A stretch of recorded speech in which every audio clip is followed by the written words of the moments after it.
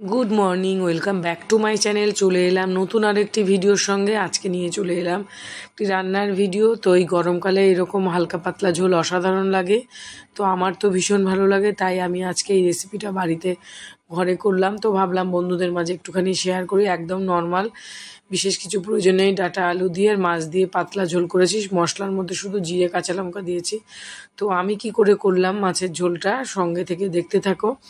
সবাই জানো এইরকম ঝোল, হালকা পাতলা মাছের ঝোল করতে, তো এক একজনের ধরন থাকে আলাদা। তো আমি যেই ধরনের করেছি, যেভাবে, তো সেটাই তোমাদের মাঝে শেয়ার করেছি। তো চলো সঙ্গে থাকি, দেখতে থাকো।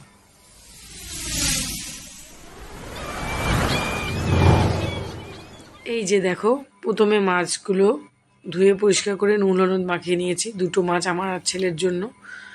আর ডাঁটা আলু কেটে নিয়েছি, কড়াইতে তেল দিয়ে দিয়েছি।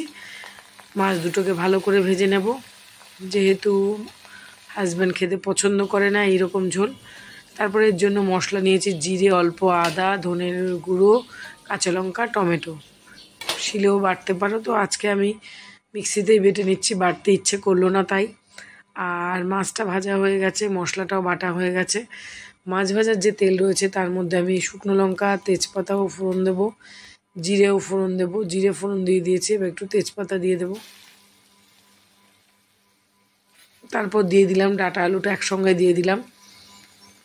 খুব বেশি লাল করে ভাজার প্রয়োজন নেই, একটু নর্মালি 1 মিনিটের জন্য নাড়িয়ে চাড়িয়ে ভেজে নিলেই চলবে। তারপর এর মধ্যে নুন দিয়ে দিলাম।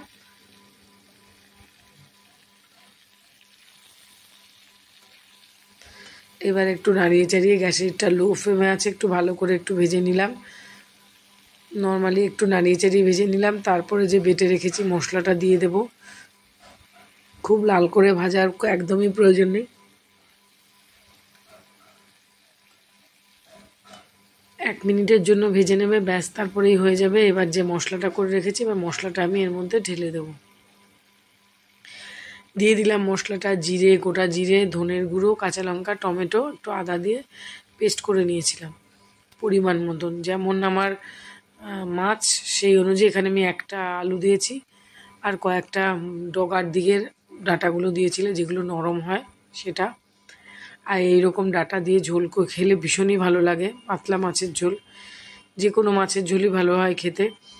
তো মশলাটা আমার খুব বেশি কষিনি, নাড়িয়ে চাড়িয়ে কষে নিয়েছি। এবার মশলা বাটি ধোয়া জল একটুখানি দিয়ে দিলাম। এবার এর মধ্যে আমি পরিমাণ মতন হলুদ দিয়ে দেবো, কাশ্মীরি লঙ্কার গুঁড়ো,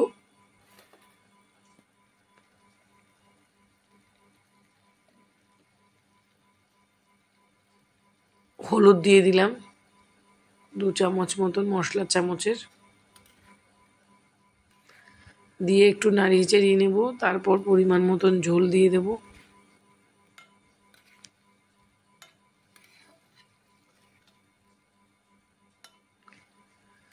কাশ্মীরি লঙ্কার গুঁড়ো আর দিলাম না, যেহেতু কাঁচা লঙ্কা দিয়ে করেছি, তো ভাবলাম যে দরকার নেই, এরকম কাঁচা লঙ্কার কালারটাই ভালো লাগবে দেখতে।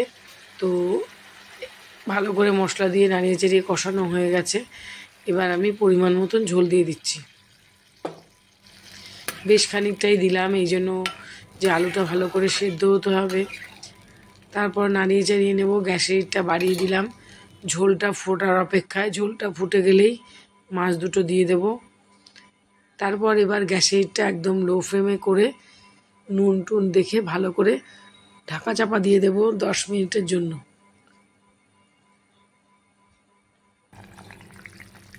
যেহেতু আমি লো ফ্লেমে করছি, এবার আমি 5 থেকে 10 মিনিটের জন্য হতে দেব। একদম ধিমি আঁচে করলে বেশ ভালো হয়।